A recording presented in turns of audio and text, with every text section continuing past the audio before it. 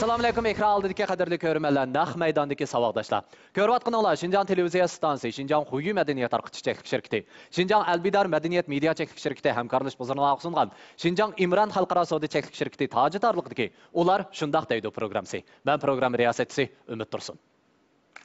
Rahmat.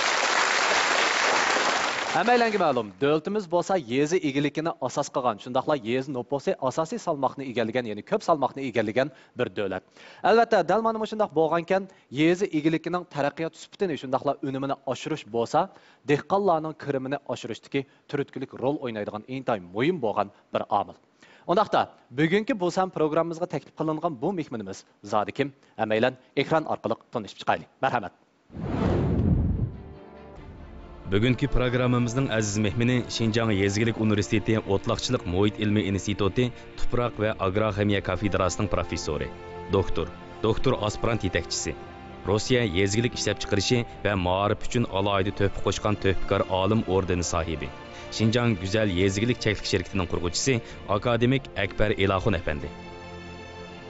Akademik Akbar Ilahun davlatlik va o'lka darajalik 19 turning yetakchisi. Avropa Asiya Tuproqchilik ilmiy jamiyatining birdan-bir jungoliq ilmiy hay'at a'zosi. Şinjan Tuproqchilik o'g'itchilik ilmiy jamiyatining doimiy hay'at a'zosi. Avtonom rayonlik unvon ishxonasi mutaxassisi. Uning davlat ichi va sirtida e'lon qilgan maqolalari 70 parchadan oshadi. Nashrdan chiqqan darslik va foydalanish materiallaridan 6 parcha bor. Hozir o Şinjan Korli Fan Texnik idorasi havola qilgan Korli nashbiti maxsus o'g'iti tadqiqoti, davlatlik tabiiy fanlar fondi turi ili rayoni o'tloq tuproq qatlami qilliligi bilan tuproq sufatining chekinish munosabati va Jungo Rossiya hukumatlar aro hamkorlik turlari ustida tadqiqot elib beryapti.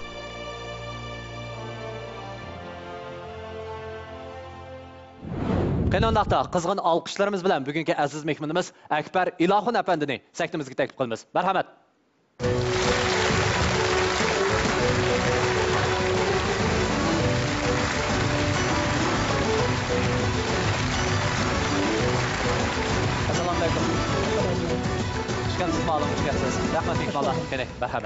Assalamu alaykum. Naq maydondagi barliq avangradlar ham televizor oldidagi qarindoshlar. Hammalarga Akbar Ilahundan o'tliq salom. Rahmat. Akbar ma'lum bayatdan sahnaga chiqishdan oldin men mundaq bir yig'iz gapni qildi. Ya'ni meni atrofimdagi do'stlarim hozir dehqon akademik deb chaqirdigan bo'ldi deydi. Buni qanday qaraysiz? Endi bu mening atrofimdagilarning meni dehqon akademik deb chaqirishi buni meni suyundirdi. Chunki men bir o'zim dehqon o'g'li. Qilayotgan kasbim dehqonchilik. Dehqonlarning meni dehqon akademik deganligi mening oshlar qilayotgan xizmatimni e'tirof qilganligi deb qaradim qo'y. Voh, rahmat. Undaqda ma'lum sizdan so'rab baqsam, akademikdan iborat bu sharaf zodi qanday kishilarga berildi? Endi bu yerda akademik degan bu oldi bilan unvon emas. Ya kasbiy unvon emas, ya ilmiy unvon emas. Bu faqat sharafdan iborat. Bu sharaf qanday odamlarga berildi deganda, shu ma'lum bir odam, ma'lum bir sohada, ma'lum bir darajaga yetgan chaqda bo'libmi, uning fan tadqiqot va ko'rsatgan to'hfalari kishilar tarafidan bo'libmi, ilm fan sohasidagi xodimlar tarafidan e'tirof qilingan chaqda, ondan keyin ular o'rtaq bilet tashlash orqali ondan keyin bu unvon yoki bu sharaf shu olmoqchi bo'lgan odamga berildi. Rahmat, hammaylar aniq tushunchaga ega bo'ldik. Undaqda muallim, bugun sizdan so'zlamoqchi bo'lgan temangizga qarsam, fursat va tanlash to'g'risida so'zlaydi ekansiz. Sizmi shundaq bir tanlash va shundaq bir fursatlarga uchrab baqqanmi? Mening umrim butunlay fursat bilan tanlash o'tirsida o'tdimikin deyman. Undaqda muallimning umri zodi qanday fursat va qanday tanlashlarda o'tdi? Hammaylar birlikda muallimning hikoyasiga quloq solaylik. Qani marhamat ustoz. Mening tug'ilib o'sgan yurtim ana shundaq noyati bayoshat, yeshillikqa to'lgan shundaq osmoni ko'p siminti. Anglashlar qaraganda apam rahmatli deysa, men o'rik pishig'ida tug'ilib ketganman. Shuni chiroyim biroz seriqaroq o'rik xas. Keyin qardab qoldim dehqonlar bilan itizlarda yurib. Demak, men o'sha yezda tug'ilish bilan, yezlik bo'lish bilan men yezda dehqon deganlikka qandoq bo'lganligini, dehqonlarning bolalarining qandoq bo'lganligini mana shu o'zimning amaliyatim orqali mishadagi naq maydondagi dehqon o'g'illari, dehqon qizlari, dehqon yigitlari shundaqla butun jamiyatimizdagi dehqonlarga bir tushuncha bermoqchi.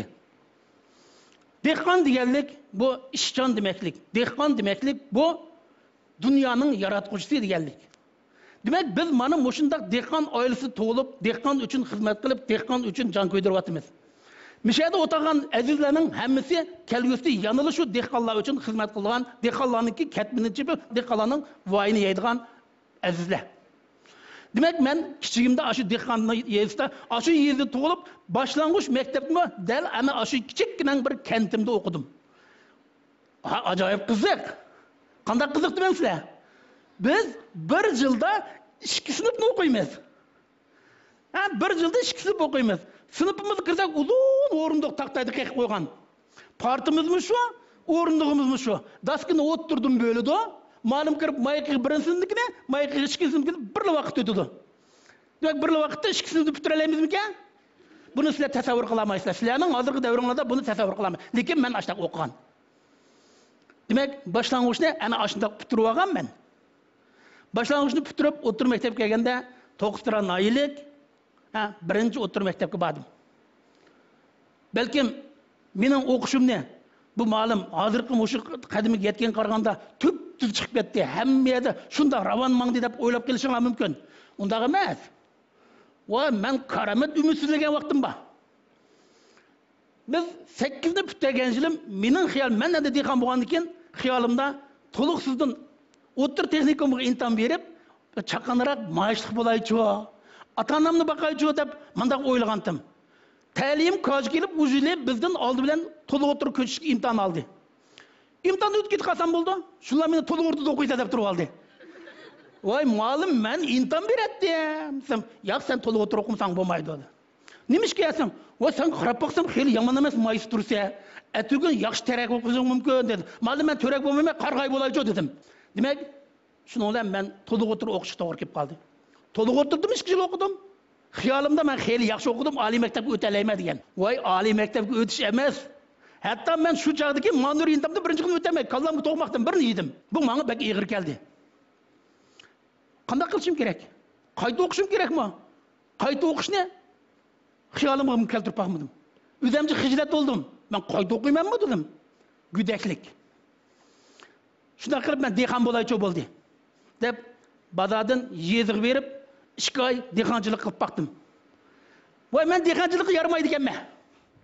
Chunki men kitob xumori. Men kitob xumor bo'lganligim uchun dehqonchilikqa yaramaydi ekanman. Shuni bilan 9-oyga kelib qoldi. Bir kuni ishga oldida tursam, shu ayni vaqtdagi bizningki Ma'rif idorasiningki boshlig'i Jamol Ala apandim velosipeddan uydan kelib qoldi. Kelib meni ko'rib velosipeddan tushib, "Voy, balam, bu yerda turibsan-ku. Maktabga bormabsan-ku" dedi. Men dedim, "Men maktabga boramayman." Sen nima ishga maktabga boramaysan dedi. "Men ma'naviy imtihondan o'tamagansam, qaysi yuzim bilan maktabga borib o'qiyman?" Sen, "Voy, sen buni to'g'ri demeding. Sen o'zingning o'sha imtihondan o'talaydiganingga ishonamsan" dedi. Men dedim, "Ishonima." Lekin o'tamadim. Yo'q, sen o'zingga ishonmaydi ekansan. Agar sen o'zingga ishonsang, qayta o'qi, kelar yil cho'qim o'talaysan dedi. Shu vaqtda men aslida o'zimga ishonmaydim ekan to'q. Ama o'zimga ishonmaydim ekan. Shu odamning bir eg'iz gapi bilan men o'zimga ishonishni boshladim. Men o'zimga ishongan shu kundan boshlab mening o'qishim olg'a bosdi, mening ishlarim olg'a bosdi. Demak, odam bir ishda muvaffaqiyat qozonman deydi ekan, fursatdan boshqa oldi bilan o'ziga ishonish eng muhim. O'zini yengish eng muhim. Demak, odam o'ziga ishonganda, o'zini yengan chaqda, ondan keyin boshqalarni yengalaydi, qilgan har qanday ishni g'olib keladi. Bu dal Deng Xiaopingning ideyani ozod qilish degan gapi. Rahmat. Shu odamningki shu bir eg'iz gapi bilan men qayta o'qib 82 yili 7 oyda imtihonlardan muvaffaqiyatli o'tib, endi toza maktab tanlaydigan vaqtimiz kelgan chaqda sobiq 1-Avgust Yezilik instituti qurilganining 30 yilligi. Shu bu chaqda televizor yo'q. Ammo radio, gazet, jurnallarda keng ko'lamda bu turni tashviq qildi bu maktabni. Uningga ulabli Baxt Naqshli degan bir kino chiqdi. Bu kinoda mundaq bir dialog bor. U injener bo'lsa, men agronom dedi. Bu agronom degan gap menga shunday chiroyli anglandi. Ha, agronom degan asli injener bilan o'xshashga. Men unda olsa, shu 1-Avgust Yezilik institutiniki agronom fakultetining agronom kasbida o'qisam bo'ldi-ki, Birinchidan, men dehqon. Qilgan ishim meni qo'lida ekan. Eng bo'lmaganda boshqalarga chiqib beramsam, ota-onamning xizmatini yangilatib olar ekanman. O'zim uchun, oilam uchun dehqon bo'lib olar ekanman. Deganni o'ylab, agronom kasbini tanlasam, shu iyoq bu yoq bo'lmay, uddul kirib ketdim agronom fakultetiga. O'ylashim yo'q. Uddul agronom fakultetiga kirdim. Agronom fakultetiga kirib o'qidik.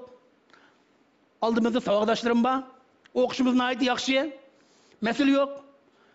Shuning bilan 85-yili 12-oyga kelgan chaqda bizning sobiq dehqonchilik fakultetiniki mudiri rahmatlik İlyas Murashim efendim meni chaqirdi. Chaqirtib, sen bilan maslahatlaşadigan bir ish bor dedi. Demişti ma'lum, desem, biz sizlarning sinfdan tuproqchilik kafedrasiga bir o'qituvchi olib qolmoqchi edik.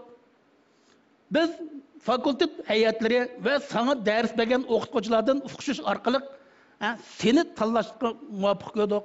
Seni fakultetga o'qituvchilik olib qolsak, sen Xanzu sinfga chiqib tuproqchilik o'quvchilik sinfida shular bilan 1,5 yil o'qisang, maktabga borsang, ondan keyin sening ishga kirib o'qishdan iborat vaqtingni isrof qilmaysan, bilimni to'liq ola olsan va yaramli o'qituvchi bo'lishingga foydali bo'ldi ekan degan gapni dedi. Shuning bilan men dedim, bu yaxshi ishga. Biroq mening tadqiqotchi bo'lg'im bor, ma'lum bo'lg'im yo'q de. Desam, sen mushuningda ma'lum bo'lsang, kelgusida tadqiqotchi bo'la olaysan. Dedi. Uning bo'lsa men uydagilar bilan maslahatlashay dedim. Bo'ldi, sen maslahatlashsang bo'ldi, men sana bir hafta vaqt bermay dedi. Bir hafta, 80-yillardagi bir hafta men uyga xat yozsam, qancha kunda bordi yeziga? 15 kunsiz bormaydi. O xetim qachon ularga berib, ularning javobini olib, menga kelguncha bu ish allaqachon tugaydi. Shu iqi o'ylab, beqi o'ylab to'xta. Rost, men oliy maktabda o'qituvchi bo'lsam, atugin tadqiqot bilan shug'ullansam nechki bo'lmaydi ekan.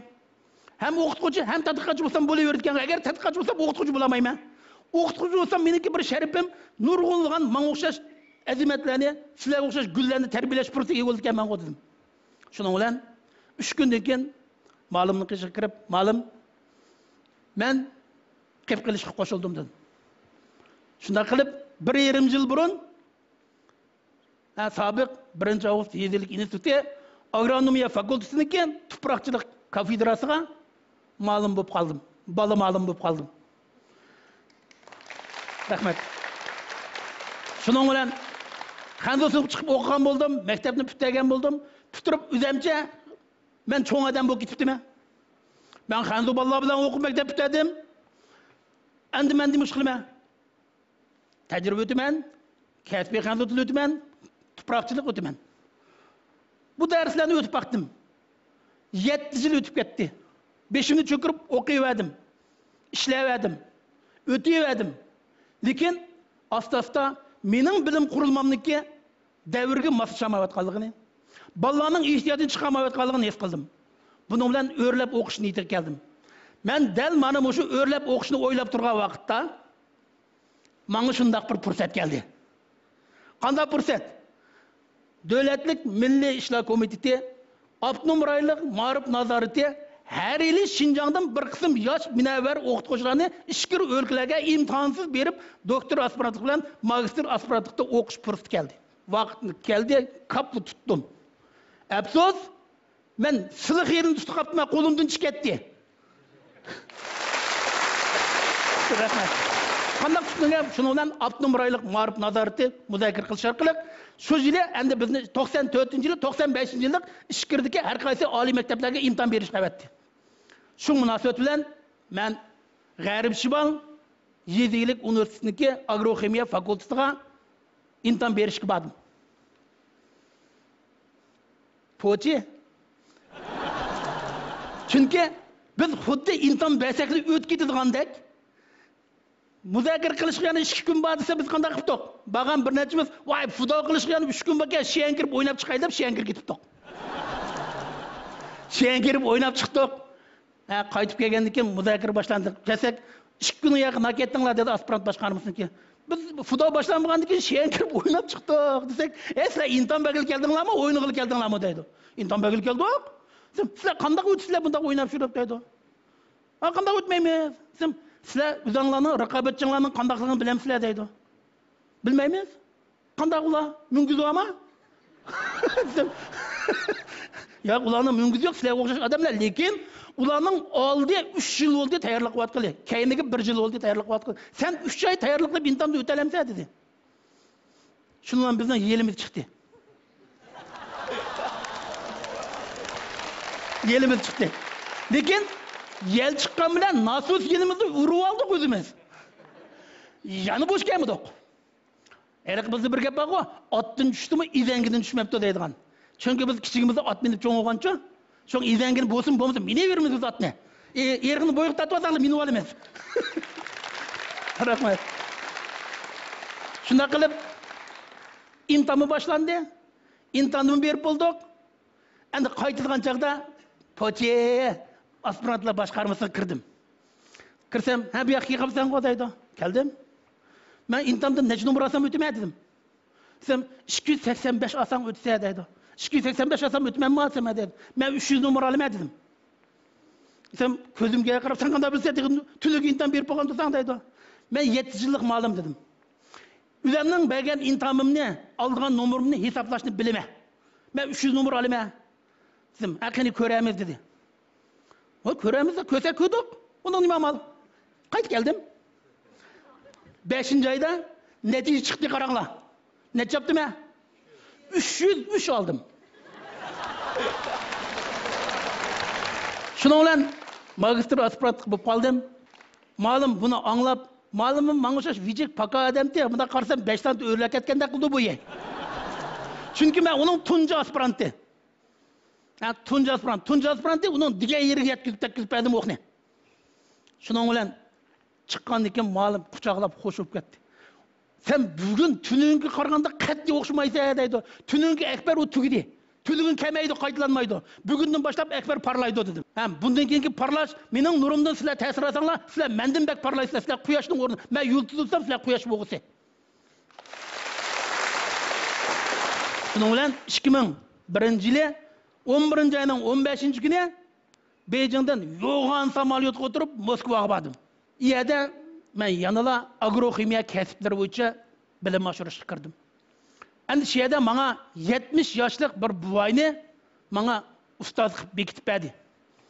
Bu buvay haqiqatan nihoyat yaxshi, samimiy, haqiqiy ilm ahli. Shuning bilan biz ishni boshlab ketdik. Shundan planingni tuz dedi. Planimni tuzdim. Planimni ko'rib bo'ldi dedi. Shu bir kun bag'anda ikkinchi qatim ko'rishgan chaqda ma'lum mendan bunda bir gap qoldi. Ekber 3-ayning 31-kundan 4-ayning 3-kunigacha bir ilmiy muhokama yig'ini bo'ladi. Shu yig'inga qatnashib qolsam dedi. Men o'ylashmayli qatnashay debdim men. Men xiyolimda qatnashmay desam, uni bunda kirib, men sizlarga o'sha gul olib o'tirib berma debdim menda. U ma'lumning xiyoli men maqola yozib uni senda o'qiydigan ekanman. Sizlar qatnashay desam, sen o'ylashmayli qatnashmay dedim qo'ydim. U qatnashdan artas. Sen o'yin ta'siri bor dedi. Nima istaysan? Sen chiqib so'zlaysan emasmi dedi. Ha, men so'zlaymanmi sen dedi. Ha, buni o'ylamabdim men. Buni o'ylamabdim men. Voy, bo'ptilar, so'zlasam so'zlaychi. Jungodimi so'zladim, Rossiya so'zlasam nima bo'pti? So'zlayman bo'ldi ma'lum. Sen bunday maqola yoz dedi. Maqola yozmayman sen dedi. Unda yozay. Bizamning burun maqolam tarjima qilsam bo'lamdi desam bo'ldi dedi. Ah, tarjima qilib qoldim-a? Voy, 3 oy tarjima qildim aylik bir pacha maqolni. Oylik öydeki hesap bazar doğru gelmepti degende mening tefekkurim, mening jungochi tefekkurim o Rusning tefekkuri o'xshamaydi ekan. Ularning fikr qilish uslubi o'xshamaydi ekan. Ularning fikr eqimi o'xshamaydi ekan. Shuna mening 3 oy jabbatib agirgan maqolam o'tmadi. Sening bu jungochi Ruscha o'qibdi dedi. Ha, jungochi Ruscha o'qibdi. Undan qanday qilmaysan buni Ruscha aylantirishimiz kerak dedi. Buni men aylandira olmayman, siz aylantirib bering dedim. Undan sonra ben aylandırış bireysen deb, elik biçare bu 7 qitim o'zgartdi. 5-chi qitimdan keyin qanday bo'ldi desam, 5-chi qitim 4-chiga, 4-chi qitimdan 6-chi qitimga o'xshab qoldi. U bichar mi qiykatdi. U bichar mi qiykatdi. Shuna og'ir chidamayman dedim, "Ma'lum sen nima dedi?" Bizning maqinimiz takrorlanib qoldi. Oldi keyin men qoldik be, sen nishga unda desa. Maqitim o'tgan manda degansiz, anda o'zgacha mandan bu qitim yana shunaqa qo'ydingiz-ku desam, "Ha, ashta qo'ldimi" deydi. "Ha, ashta bu qoldi desam, unda maqolam kutibdi" dedi. Kutibdimi desam, kutibdi degan undan ma'lum men sizga nihoyat ko'p rahmat aytaman. Sizga ko'p rahmat. Siz mening bu maqolam uchun ko'p ajr qildingiz desam, umanim menga bir shunda esil gapdan birini qildi. Nima gap dedi bilamsizlar? Akbar, men seni tarbiyalayman. Sen kelgusi avlodlarni tarbiyalaysa, bilim mana mushundoq tarqildi emasmi dedi. Rahmat. Demak, mening umrimda menga ta'sir qilgan ikki ishning ikkinchisi mana shu. Ana o'sha o'qish badilga men hozirgi Akbar ilohimga aylangan. Demak, fursat hamma odamning oyog'i ostida. Shuning bilan doktorlik dissertatsiyalarni yoqlab tugatgan bo'ldim. Lekin uninglik bilan men Rossiyani unutib qolmadim. Uninglik bilan men ustozlarimni unutib qolmadim. Birinchi o'p qilganim ustozlarimni Jungoga taklif qilish bo'ldi. Men maktab bitirib qaytib kelgandan keyin Rossiya bilan birlikda 7 tur ishladim. Men 2010-yildan tortib toki hozir qadar har yili taklif qilaman. Butun iqtisodni men ko'tiraman. Ularga bir tim pul hajat qilmayman. Hatto ular kelganida pul berib yo'q deb qo'yman. Nemishga? Odamda minnatdorlik tuyg'usi bo'lish kerak. Odamda bilganni qaytiradigan tuyg'u bo'lish kerak. Ular menga shunday bilimini aymay bergan. Shunga men ularni unutib qolsam bo'lmaydi. Tavsiyalarim ustozlarning ajrini unutib qolmanglar. Oxirida mening haqiqati avangardlardan kutadiganim ilm-fan yo'lida bog'lagan kemiringlar bo'shimisin. Vatan ve milletning ishqida yongan o'tinglar lavuldisin. Eng muhimi qalbinglar ochiq, kallanglar iniq ve quvvatgan maqsad ishinglar ro'shan bo'lsin. Oxirida men o'zimning hayotimni manda xulosalagim kelib qoldi. Birinchi, ilm xumar. Kitob xumar. Ikkinchisi, keng qo'saq. Üçüncüsü, boshqa kirib ishlash. To'rtinchisi, boshqalarning qig'inini bilish, boshqalarga minnatdorlik tuyg'usini har vaqt bilish. Beshinchisi, apuchanlik. Yani bir muhimi, her qanday vaqtda, her qanday o'rinda kelgan fursatni qo'ldan bermaslik hamda fursatdan to'g'ri foydalanib, o'zining to'g'ri bo'lgan nishoni, to'g'ri bo'lgan maqsadiga yetish. Bu mening hayotimdan chiqargan xulosam. Rahmat. Endi eng oxirgi gapim, biz sizlarga izimizni qoldirdik.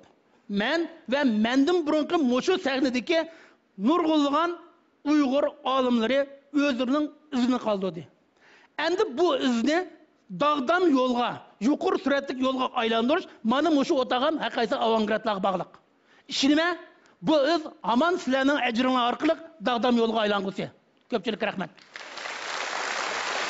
Programmamiz bilan Xinjiang Imron xalqaro savdo-iqtisodiy shirkati alohida hamkorlashgan. Bir ne'mat bar karomat, lazzati bar alomat, pokizligi, quvvati, bizga rohat, farog'at. O nima? U nima duo? Misran qaysi? To'g'ri, topdingiz. Wow! Nimanda qattiq bu? Misran yurishli qizlari ishonchli go'sh, esil xurishlar, yuqori saviya va a'lo sifatda mujassamlanib, aqida va samimiyat qo'shib tayyorlangan esil yemaklik. Misran qizlari.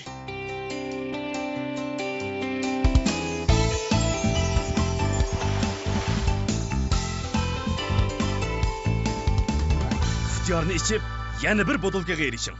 Xutiyar Oplesin soda suyi. Tağның zinnati Qur'on tosh.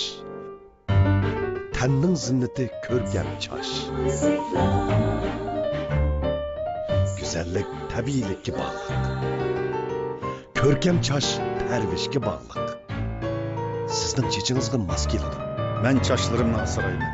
Chochlarimga Shahlo choch doktori hamroh. Shahlo choch doktori yurishlik choch asrash buyumlari.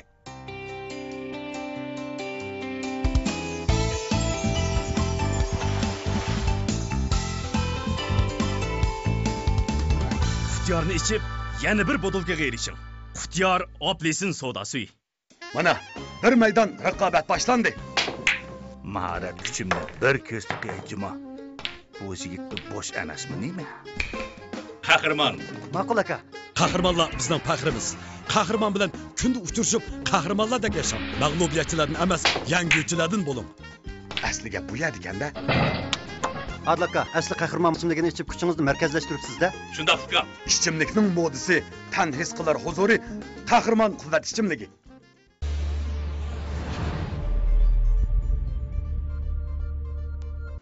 Onaqsa ma'lum biz naq maydondagi mehmonlarning savolini oldi bilan bir ko'raylik. Sizning organik dehqonchilikqa bo'lgan qizg'inligingizning turtkisi nima? Organik yezilik degan buvamning yezigiligi degandim. Buvamning yezigiligi. Endi buvamning yezigiligi deganimiz rahmat. Chunki buvamning davrida ximiya o'g'it bo'lmagan. To'g'ri. Ximiya o'g'it bo'lmagan. Butun tabiiy o'g'itlardan foydalangan. Butun tabiiylikdan ilingan, shu vaqt insoniyatga hech qanday ziyni bo'lmagan. Hozircha dehqonlarimiz emgak kuchini tejash, iqtisodni tejash bilan o'rinda nurg'un ximiya o'g'it, dehqonchilik to'g'risida bo'lib o'tchib o'tirish to'g'risida chiqishni tutib bordi. Bunun badiliga tuproqda nurg'unlagan zaharlik moddalar to'planib qo'yadi.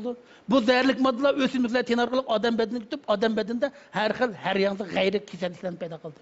Bu nereden kelgan? Dal mana mashta qalayimqon ishlatishdan kelgan. Demak, mana mashta bo'lganlik uchun endi biz buning oldini uchun davlatimiz harjili nurg'un yezigilik munosabatli birinchi nomerli hujjatdan chiqarib, maqsad nima? Maqsad mana shu bulg'angan tuproqlarni asliga keltirib, odamlarning sağlamlığı kapalatlık kılış. Adamın sağlamlığı kapalatlık kılıştın burun, oğlum tuprağının sağlamlığı kapalatlık kılış gerek. Tuprak sağlam bulmuşsa, ziraat sağlam bulmaydı. Ziraat sağlam bulmuşsa, onu yiyen adam kanda sağlam buldu. Şuna, ben endi azırak bulsuma üzemninki, moşu cihetten, halkımga, vatanimga, rayonumuzga azırak bir payda bir pas ecömez diyen maksatda, moşu organik yezigilik qarab qadam koyuvatma.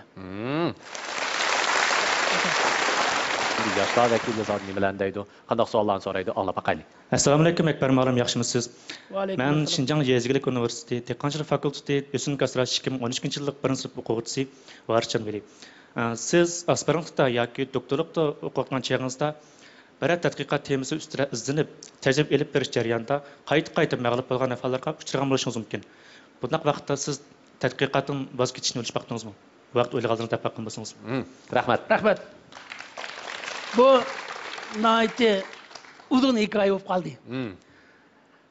Endi men magistr aspirantlikda o'qiyotgan vaqtimda hech qancha qiyinchilik uchirmadim desam bo'ldi. Chunki o vatan ichida o'qidim, vatan ichida tajriba ishildim, vatanda davlat tili bilan hamma ishni bajardim. Shunga menga hech qanday ig'ir kelmadi. Ham uni voz kechish deganda o'ylash fursatim bo'lmadi. Chunki o chaqda mening ishlarim hammasi ravon bo'lgan. Ammo doktorlik o'qishda yo'lim undaq udul bo'lmadi. Doktorlik o'qish jarayonida men 2005-yili davlatningki iqtisodi bilan 1 yillik yana o'qishga chiqdim. Lekin davlat meni faqat 1 yil o'qish puli bilan ta'minlaydi. Men doktorlikni o'qishni yana 3 yil o'qishim kerak. Bu chog'da qanday qilishim kerak? Bu bir sinoq. Bu sinoq cho'ng sinoq emas. Buningda o'tib, shuni ma'lum bilan ko'rishgan chog'da ma'lum menga shunday bir gap qildi. Sen doktorlikni o'qiyma deydi ekansan. Bu gap endi hammanglarimiz shunday boradi shunami? Har qanday tajribaning 70-80% tayyorlik, 20-30% tajriba bo'ladi. Shunga sen tayyorlikni puxta qilsang, qolgan ishlaring o'ngishli bo'ladi dedi. Ma'lumot men tayyorlikni puxta qilay deb, mening endi uchoqdagi tajriba sharoitim Rossiyaningki ayni vaqtdagi shu tajriba qilgan sharoiti Rossiyaning 60-yillardagi uskunlarning sharoitiga. Bu 90-2000-yillargacha bo'lgan 30-40 yilda bular hech qanday uskuni yangilamabdi. Ammo bizning tajriba sharoitimiz intayin esil. Mana bu sharoitda men tanlashga kelib qoldim. Voy, men mushundaq nachar sharoitda tajriba ishlab dissertatsiyamni yoqla olamanmi? Yoki men mushuni qilib, buni qilsam cho'qim g'alaba qila olmayman. Chunki bu uskuna intayin nachar. Mushunda nachar sharoitda men qanday qilishim mumkin? Hay men mushuni voz kechsam bo'lamdi, men bir davlat berib o'qisam bo'lamdi degan xiyolda edi. Men bir mezgil davolg'ish bo'ldi. Lekin mening bir mijozim bor. Men bir ishni qilishdan burun oldi bilan o'zimga besim berib qo'yma. Bu ishim shunday bo'lgan. Men maktabdan chiqishdan burun birinchi yil davlatning ta'minoti bilan o'qiyman. Qolgan 3 yilni shaxsiy o'qiydigan boshqa, birinchi yil chiqqanda 2 qatimli to'xtamni maktab bilan tang tutib olgan. birinchi yili davlatning pulidan chiqib o'qiydigan, keyingi 3 yil shaxsiy pulim bilan doktorlikni o'qiydiganni tuzib olgan. Endi unda qilishning maqsad, men agar ashuni tuzib ashta chiqib ketmasam, hozirgidek davolash bo'lganda qaytib kelishim mumkin. To'g'ri. Men shuni qaytib kelmasligim uchun o'zimga ashta bir besim berib, shu besim orqali bu yerda shuni davomlashtirgan. Shunday qilib, bu yerda men ishlaganim bayatın dedim, çirindi kislotasi bo'ldi. Çirindi kislotasini tadqiq qilish bu intayin murakkab narsa. Bundaq tajribani men nurg'on qilib ketdim. Bundaq tajriba. Demak, bu necha qildim, tekrar jarayonda bu yerda endi ba'zi vaqtlarda men o'ylab qoldim. Men o'shanda voz kechdim bo'lmamdi. Chunki men o'chaqda bir yoqdan o'qib, bir yoqdan ishladim o angacha. Oxiri yana shu tajribani tanlab, tajribamni ishlab, bundaq voz kechishlarni keynimga tashlab qo'yib, oldimga qarab mangaychu. Heliqi, Jamal Ala efendimniki o'zingni yengmasang, qanday qilib boshqalarni yengalaysa degan gap bo'yicha, turtki bo'yicha men yana davomli o'zimni tadqiqotim bilan shug'ullanib ketdim. Rahmat ma'lum. Assalomu alaykum ma'lum. Men Sharq Shimol O'rmonchilik Universiteti O'rmonchilik institutining doktor aspiranti sayyara g'olib. Endi biz fursatni ching tutishimiz kerak, saqlab turmasligimiz kerak. Endi biz fursatni tanlash va ching tutish uchun yoshlar qanday qilishimiz kerak? Yoshlar oldi bilan o'zining nishonini to'g'ri belgilash kerak. Bo'libmi, yoshlar o'zining hozirgidek nayt isil fursatda turayotgan. Jamiyatimiz shunday yaxshi, fursatlar shunday yaxshi. Mashtaq fursat turayotgan fursat bu oldi bilan sizlar tutadigan fursat. Chunki sizlar o'qimaysanlar o'qalaysizlar. O'qimaysanlar o'qalaysizlar. O'qimaydi uchun oldidan o'zinglarni bayatida yengishinglar kerak. Shunga fursat sizlarga bor. Endi gap sizlar shu fursatni qanday tutib, shu fursatni tutgandan keyin nishoninglarni qanday to'g'ri belgilashda. Agar nishoninglar to'g'ri, fursatinglar yaxshi bo'lsa, men o'ylayman, hozirgi fursat sizlar uchun eng yaxshi fursat. Men Yoshlar vakili İlyas G'ayrat, tarixchilikda dehqonlarning eng ansiraydigini, eng orzu qildigini va eng ko'ngil bo'ladigan masalalar qaysi? Davlatimiz, jumladan avtonom rayonimiz yezigilik davlati. Yezigilik bizning davlatningki asosi. Endi dehqonlarimiz eng ko'ngil bo'lgan ish nima deganda, terigan mahsulotni qanday qilib pulga aylantirish. Bu dehqonning oldi bilan o'ylaydigan ishi. Qo'rqitdig'i nima? Qo'rqitdig'ini saxta o'g'it bilan, saxta ximiya o'g'it bilan, saxta dori uchrab qilish. Bu eng qo'rqitdig'ini. Uruq ham shuning ichida. Agar bu uchi saxta bo'lib qolsa, dehqonning butun ishi yo'q bo'ladi. Dehqonning eng arzu qildig'i nima? Dehqonning eng arzu qildig'ini davlatning hozirgi yezi siyosatininki mushu yaxshilik fursatidan ching tutib, mushu fursatning davomlashishi, shundaqla o'zlarininki mushu fursatdan foydalanib besh yo'liga menishi. Bu dehqonlarning eng chong arzu qildig'ini. Shundaqla ishlab chiqargan melini qanday qilib avtonom rayon, davlat bo'lsa dunyoga tonitish. Bu dehqonlarning eng chong arzusi. Assalomu alaykum Akbar ma'lum. Men Xinjiang Yezilik Universiteti o'tlaqchilik ilmiy doktor aspiranti 1-yillik o'quvchisi Aynur Qavlaxon bo'lma. Ma'lum, men sizning darslaringizni anglayotganli uzun yil bo'ldi. Ammo bugungi leksiyani, hikoyalaringizni anglagandan keyin boshqacha hayajonlanish, ham sizga nisbatan tushuncham texnik cho'nqarlashdi. Ma'lum, mening shunday bir savolni so'ragim kelib qoldi. Ma'lum, siz maktabdagi o'qitish xizmatidan sirt o'quvchilik shirkati qurib, shunday yaxshi taraqqiy qildiryapsiz. Shu shirkat qurishingizga nima turtki bo'lgan? Ham shirkat qurilgandan keyin dehqonlarga qanday amaliy naflarni yetkazdi? 2010-yili 3-oyda, ya'ni 2-oyning 27-kuni Rossiya Davlatlik Yezilik Universitetiniki tuproqchilik va agroximiya ichki kasb bo'yicha doktorlikni bitirib qaytib kelgandan keyin mening kallamda to'xtamaydigan bir xiyollar paydo bo'ldi. Akbar, sen Xinjiang Yezilik Universitetiga birdan-bir Rossiyada o'qigan doktor. Rossiyaninki tuproqchilik bilan o'g'itchilik ilmi dunyoda oldingi o'rinda turdi. Sen aşağıda o'qib kelding. Endi sen o'qib bo'ldi. Endi men huzurlanadigan vaqt keldi deb maoshingni elib yetishing kerakmi yoki endi haqiqiy ishlaydigan vaqting boshlandimi? degan savolni qo'yib, shuni men o'zim men o'qidim. Endi mening ishlaydigan vaqtim keldi.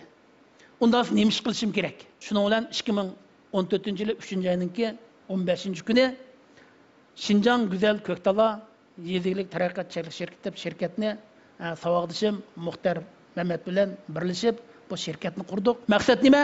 Dehqonlarimizni qanday qilib hozirgi qatmal dehqonchilik qilish usulidan ilmiy bo'lgan dehqonchilik usuli qarab boshlash. Qanday qilib organik o'g'itninki unumini dehqonlarga tonutish. Qanday qilib organik o'g'it bilan ximiyalik o'g'itning farqini dehqonlarimizga tonutish.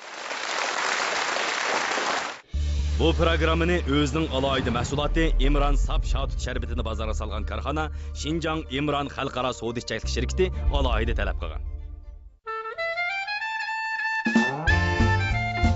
İtaliya kalı güç qaklamasının bir 80% pişirilgan bo'lsa. Bo'ladi efendim. Gretsiya köksey salatıdan birini limonni balchiq silib. İçimlik iço. Ko'nglim shu topda huzuriy yurakka boradigan İmron Shotut sharbetini tatib. Sizlarning bu yerda bormi? Albatta. Taomlar tizimlikka, ichimlik yurak yizilgan bo'ladi. İmron Shotut sharbeti naq yurakka boradi. Hallarım şoxlar tərxəmək həsən tərkiblik suyun püyüsüqulları qoruqda tizginləb teri ümranlaşdırdı. Yaşlıq baharınızı saxlab terinizni asraydı. Hallarım altın suyu suyun püyüsüqunu moyit zeynindən buzlanan terilərini əsli keltirib qoruqni keçiktirdi. Hallarım suyun püyüsüqulları. Turmuş aslidagi go'zal.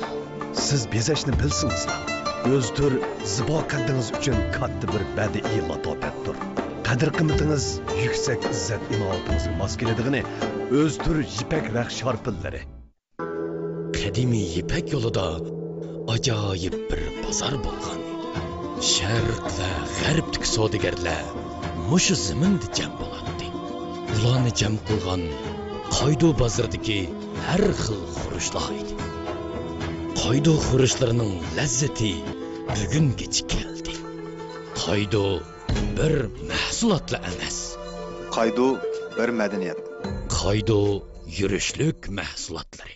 Hallarım şoxlar tərxəmək həsən tərkiblik suyun püyüsüqulları qoruqda tizginləb teri ümranlaşdırdı. Yaşlıq baharınızı saxlab terinizni asraydı. Hallarım altın suyu suyun püyüsüqunu moyit zeynindən buzlanan terilərini əsli keltirib qoruqni keçiktirdi. Hallarım suyun püyüsüqulları.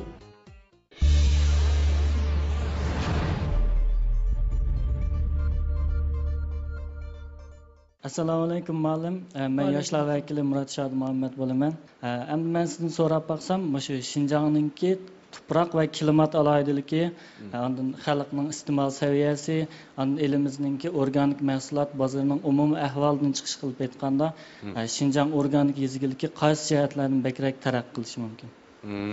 Rahmat. Savol alamat bo'ldi. Bak yaxshi savol oldu ya. Savol alamat. Endi bizning organik yezigimiz qayerga qarab taraqqiy qilish kerakligini bizning Xinjiangda ikki cho'ng ko'dir organik bor.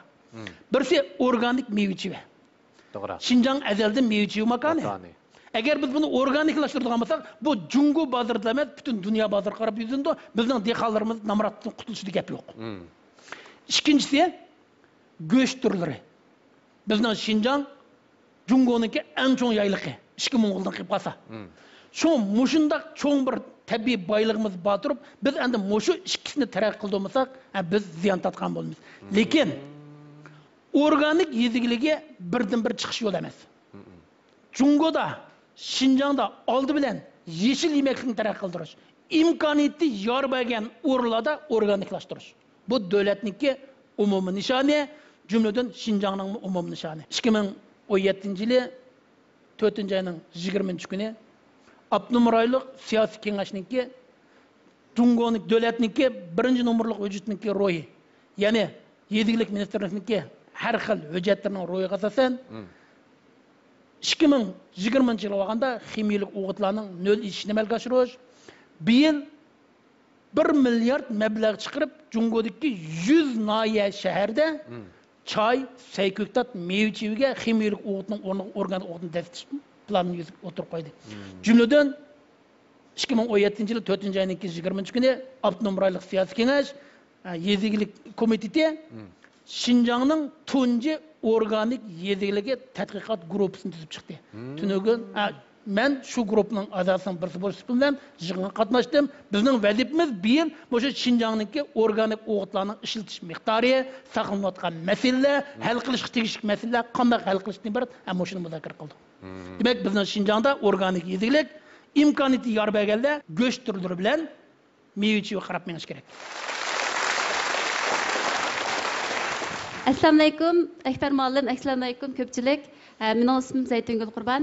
Mən Şinjan Yezigilik Universitetining o'tloq kasbiga doktor aspirantlikqa o'qishga kirgandan beri shu Akbar Ma'lumniki tadqiqot markazida organik o'g'it yasash va sho'rliq tuproqni o'zgartirish temasi haqida tadqiqotlarni olib beryapmiz. Endi mening shu fursatda Akbar Ma'lumdan so'raydiganim bo'lsa, davlatimiz bu yildan boshlab ximiyalik o'g'itning o'rniga organik o'g'it ishlatish planini o'tirib qo'ydi. Shuning bilan har qaysi qatlamlarda va har qaysi munosabatli tarmoqlarda organik o'g'it ishlatishni kuchab tashabbus qilyapti. Lekin ba'zi bir qism dehqonlarimizniki shu plan haqidagi ko'z qarashi ancha aniq va mukammal emas ekan. Shunga ular biz burundan tortib ximiyalik o'g'it ishlatib kelyapmiz. Yerlarimizmi ximiyalik o'g'itga kunib ketdi. Endi ximiyalik o'g'it ishlatmasak ziraatlarimizniki mahsulot miqdori to'valab ketdi degan ahvol mavjud ekan. Sizcha rostdan shunday ahvol mavjudmi? Bu haqda bir ko'z qarashingizni tepagan bo'lsangiz rahmat. Bu savolmi katta savol ekan. Yezilik ministrliginiki bu yil 3-oyda chiqargan eng yangi qarorda bundan keyingi 2 yildan 3 yilgacha bo'lgan oralikda butun Jungoda ishlatilgan o'g'itninki 50% ximiya o'g'it, 50% organik o'g'it qilishni tashabbus qildi. Rost. Dehqonlarimiz buni qabul qilmayapti. Nimishga? Chunki ximiya o'g'itning unumi intayin tez. Tez tepidi, tez ko'rildi. Organik o'g'itniki osti bo'ldi, unumi uzun sozildi.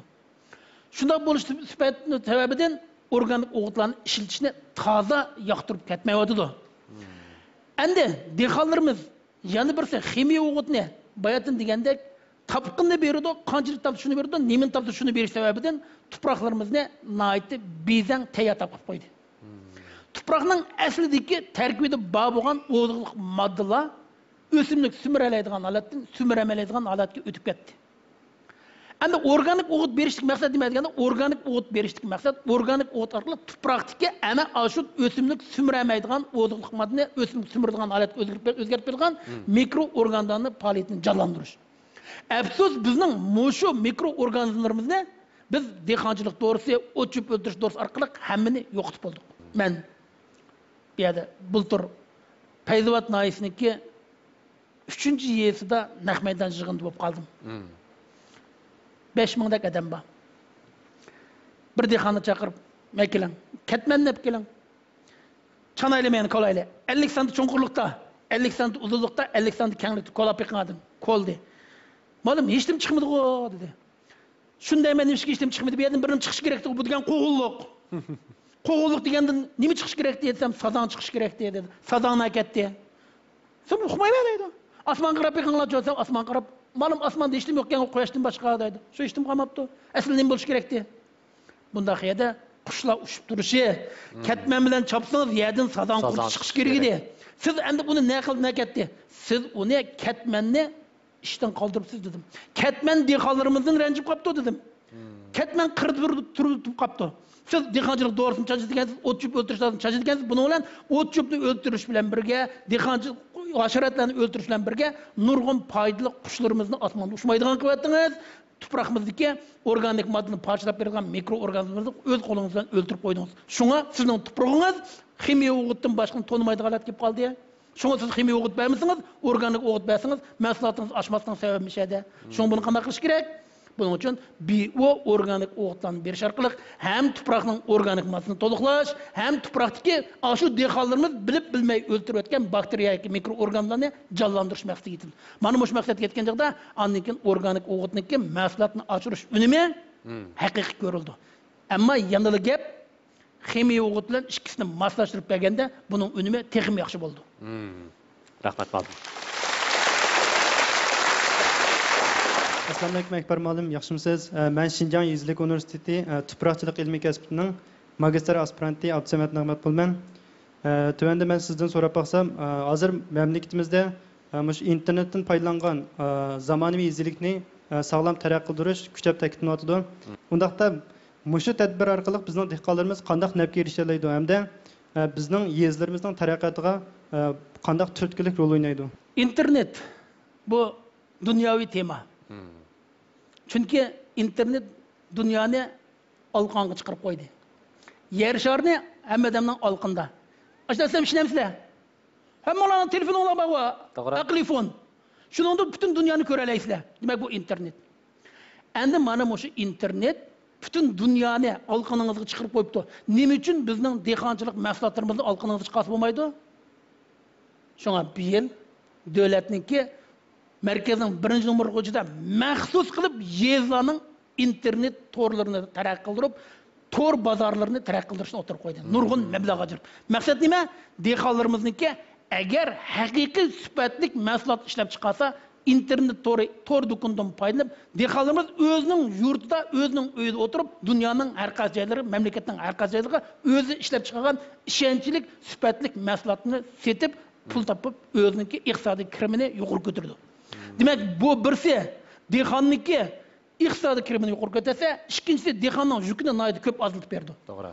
Demak, bu yerda biz partiya, hukumatning biz o'taga yoshlarga emas, bütün dehqonlarning g'imini yeyotgan mushundaq bir iziz otimizdan faxrlansak bo'ldi menimcha. Shundoq. Amaliyotda hammalarni har qaysi o'rinlarda fursatlar kutib turgan bo'ladi. Shundoq bu. Hamda dal mana shundoq fursatlar kelgan vaqtida ularni biz zodi ching tuta olamdik, tutamamdik. Tutganda zodi qandoq tutishimiz kerak? Mana bu masalaning ochqichi. Haqiqatan to'g'ri aytasiz. Rahmat. Ekran oldidagi qadrli ko'ruvchilarimiz bu bugungi bu programmamizni ko'rgandan keyin menimcha nurg'unlagan his tuyg'ularga keldi va hayajonlarga to'ldi. Shundaqla o'zing buningdan keyingi qadamlarda zot yo'llarni qanday besish to'g'risida ancha-muncha o'ylangan bo'lishi mumkin. Albatta sizlarga utuqlar yor bo'lsin. Har bir bosgan qadamlaringlardan izlar uzilmasin. Ekran oldidagi qadrli ko'ruvchilar, ular shundoq deydi programmasining bu soni mana bu yerda oxirlashdi. Keyingi haftadagi isil mazmunlarimiz, sarxil mazmunlarimiz yana do'stlarni saqlab turdi. Keyingi hafta ko'rishgacha mamnunlar. Xayr xo'sh. Rahmat.